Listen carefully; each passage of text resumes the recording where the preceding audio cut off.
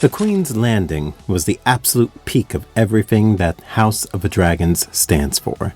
We finally see Rhaenyra emotionally crumble at the sight of her son, Jacaerys' lifeless body.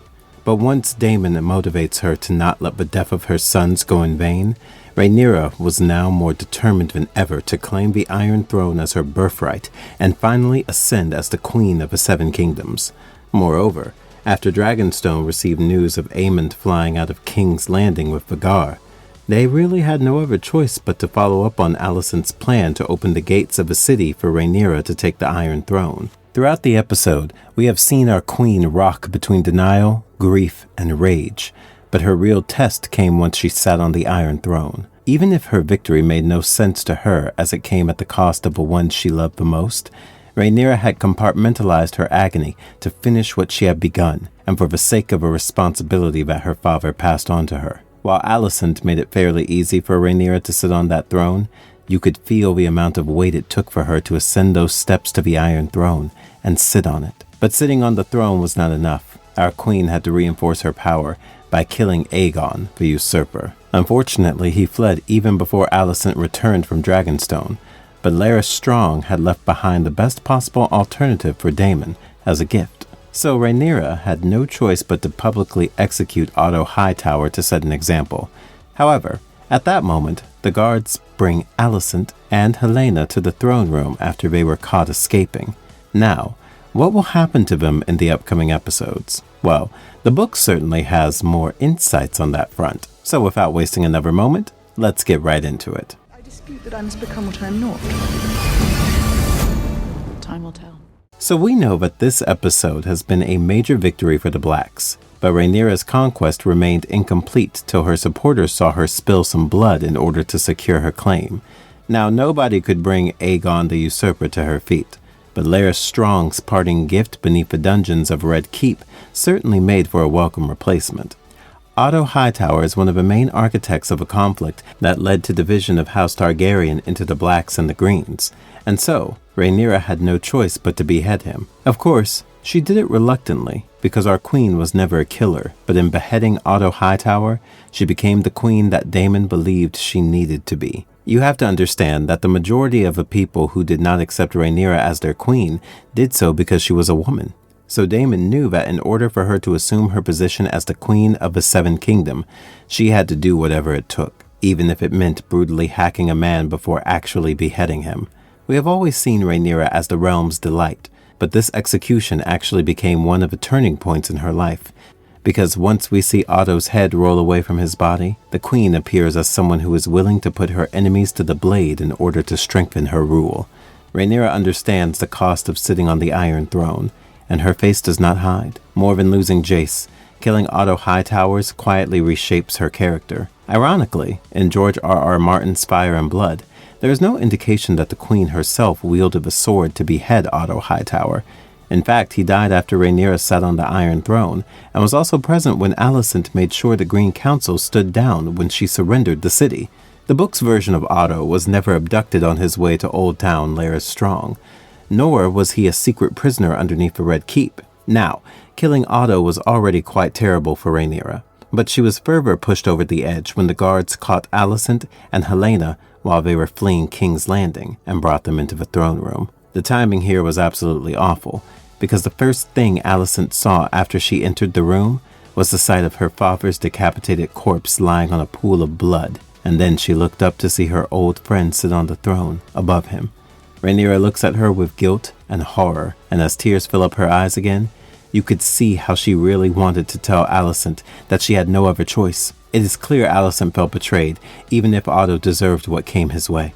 We know that in their dealings at Dragonstone, Rhaenyra agreed to spare Alicent, Helaena, and Jacaerys if the Queen Mother ensured Rhaenyra ascended to the throne. But their escape needed to be clandestine, because the Queen of the Blacks could not spare the mother, the wife, and the daughter of her usurper in front of the world. She did intend on leaving them alone once they escaped, but now that they got themselves caught, it really puts Rhaenyra in a very challenging position.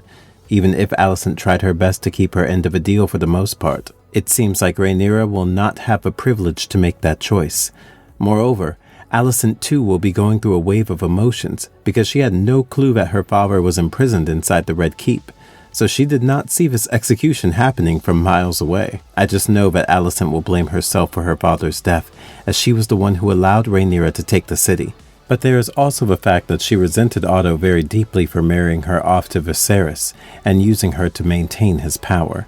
She did trade her own son's life to escape safely with her daughter, so I doubt Alicent would save her father if she knew that he was in King's Landing. Either way, Rhaenyra will be in quite a kerfuffle in the next episode. Even if she has the throne now, Aegon is still alive, and her position will always be threatened until he dies. Plus, there is the difficult issue of how to handle Alicent and Helaena. Any show of weakness in front of the lords and ladies allied to her will set her reputation as an unfit ruler. That is why, in Fire and Blood, when Rhaenyra's dragons first appeared in the skies above King's Landing in around 130 AC, Alicent was the only one who was spared. Her brother, Sir Gawain Hightower, was killed by Sir Luther Largent, and her father was beheaded. But Alicent was bound in golden fetters and spared by Rhaenyra for the sake of King Viserys, as he loved her once. Following this, Alicent was imprisoned in the Red Keep, and after she heard of Rhaenyra's planned campaigns against Prince Aemond, she pleaded for peace by going down on her knees before the Iron Throne. Not just that, Alicent even dared to petition that the Seven Kingdoms should be divided between Rhaenyra and Aegon II, with her son taking the Stormlands, Westerlands, and the Reach. He could rule his new realm from Oldtown, while Rhaenyra would rule the Crownlands, Riverlands, the Vale of Arryn, the Iron Islands, and the North. But Rhaenyra, of course, rejected this offer because the Greens stole her birthright, which led to the battle that claimed the lives of her own sons. In response, Alicent dared to say that only the blood of bastards was spilled, and that was nowhere comparable to the loss of her innocent grandsons.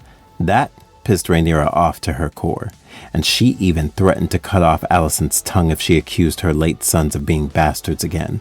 After this encounter in the book, apparently Mysaria suggested the Queen to have Alicent and Helaena become prostitutes in one of King's Landing's brothels, as that would be much more horrifying than simply cutting out their tongues. But this story was later discredited by Gildan, and said to be a rumor spread by the conniving court named Mushroom. Sometime after this, Alicent found out that two of Rhaenyra's strongest dragon seeds, Oath the White and Hugh Hammer, betrayed her at the first battle of Tumbleton. After hearing the news, she simply laughed as she believed that the Blacks would finally start reaping what they sowed. But then, Prince Aemond died fighting Prince Daemon Targaryen in the battle above the God's Eye, and sometime after that, Prince Daeron died at the second battle of Tumbleton. Amidst all this, just a few days later after the battle above the God's Eye, Helaena also jumped from the window of her room in Maegor's Holdfast, and tragically died immediately on the spikes below, with her throat impaled. At that moment, her dragon Dreamfire suddenly rose and snapped two of her chains, and roared loud enough to shake the dragon pit. Eventually, when Alicent was informed of her daughter's death, she tore her clothes and cursed Rhaenyra for it. However, nobody really knows what drove Helaena to unalive herself after spending 6 months in captivity. Many people had many theories.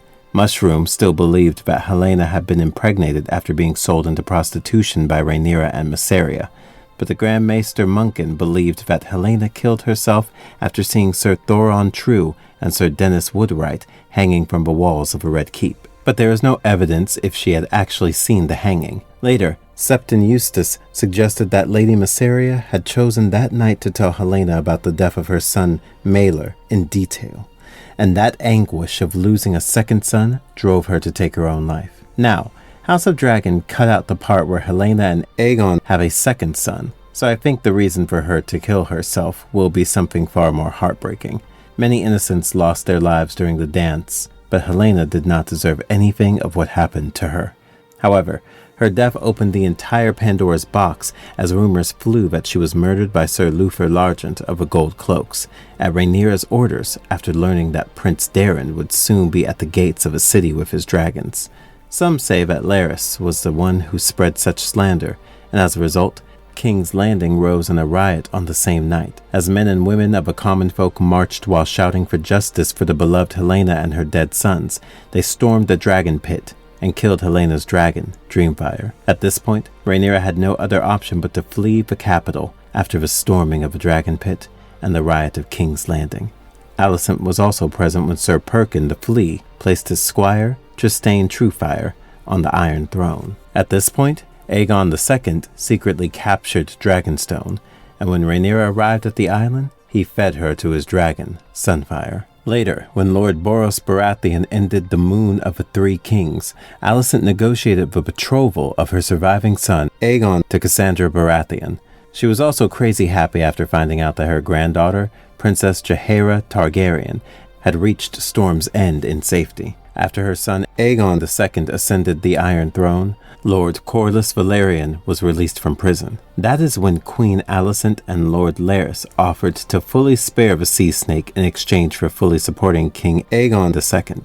However, Corlys made demands of his own, as he insisted that everyone who had fought for Rhaenyra should be pardoned, that his granddaughter Baela should be released immediately, and that Rhaenyra's son Aegon the Younger and Princess Jacaerys should be wed, so that they can be proclaimed as Aegon II's joint heirs. While Alicent was outraged by the proposals, Lord Larys Strong convinced her to accept the terms, and that is how Corlys swore his loyalty to Aegon II and took his place back on the small council. Now, eventually, after Aegon II returned to King's Landing, he was determined to get revenge on those who had betrayed him. But when the Greens found out that Lady Rhaena Targaryen had hatched a dragon in the Vale, Alicent was scared that the small folk would now consider the Blacks as more legitimate. Soon, everything came crashing down as the armies of the Riverlands and Lord Cregan Stark advanced on the capital, while conspirators began plotting against Aegon II. Before you know it, the king was found poisoned, and Alicent was arrested by Valyrians on the Serpentine Steps and then dragged back to the dungeons. So, in 131 AC, Queen Rhaenyra's 10-year-old son, King Aegon III Targaryen, took the throne. When the young leaders of the Riverlands arrived at the Red Keep, they found the late Aegon II Targaryen's body laid out on a bier before the Iron Throne, while Alicent sat beside him, crying uncontrollably. Later, during the Hour of a Wolf, Lord Cregan Stark, the new hand of King Aegon III, sentenced the men who had arrested Alicent to death. But the Dowager Queen still opposed the marriage of her granddaughter, Jacaerys, to the new king, and so she was absent from the ceremony. As it turns out, Aegon's new regents were divided on what they wanted to do with Alicent, and while they did not want to execute her, either out of compassion or from the fear of reigniting the war, however, they strongly believed that Alicent could not be allowed to participate in court life because if she did, Alicent would probably curse at the young king or snatch a dagger from a guard and try to attack him. Apparently, Alicent could not even be trusted around her granddaughter because of the one time when she was allowed to share a meal with the little queen and terrified Jacaerys by suggesting she slit Aegon's throat while he was sleeping. Since Alicent refused to reconcile or accept Rhaenyra's son as her king, Sir Tywin Lannister, who was the current hand, ordered a gentle imprisonment to confine Alicent within her own apartments in Maegor's Holdfast. The Dowager Queen remained locked inside her chambers for the last year of her life, where her only company was her septa, the serving girls, and the guards. Alicent was provided with books, needles, and thread to pass her time, but according to her guards, she spent most of her time crying rather than sewing or reading. Then, one day, Alicent ripped all her clothes into shreds, and by the end of the year, she had started talking to herself. Not just that, she also started hating the color green. However, a few days after 133 AC, when King's Landing was plagued with the winter fever, the epidemic claimed Alicent as one of its victims. While people infected with the disease usually became delirious, the Dowager Queen apparently gained some shred of her sanity, which led her to confess her sins and then tell a septa how she wished to see her children again. During her final hours, Alicent also spoke of hoping to see King Jacaerys, but oddly enough, she never mentioned her husband, King Viserys. Just like that, the Dowager Queen Alicent Hightower died of a winter fever on a rainy night at the Hour of a Wolf. Some considered her death to be a mercy, as she really suffered towards the end. Honestly, I find myself feeling bad for Alicent. While she has been quite the contributor in the Targaryen Civil War, she was always used as a pawn by the men around her. Even if she vied to find some form of agency or power, nobody ever took her seriously. All her life, she was mostly underestimated, abused, and humiliated. The show has taken that up a notch by showing how literally anyone does not think before making a pass at her, be it her son creepily kissing his own mother to seek her validation, or the master of laws trying to the first chance he gets. Alicent truly has it rough, and from the looks of it, things are about to get much worse for her. Having said that, what do you guys think might happen to Alicent and Helaena in the coming days of A Dance of Dragons? Would you like Ryan Condal to make some changes from the books? Let us know about your thoughts and opinions in the comment box below.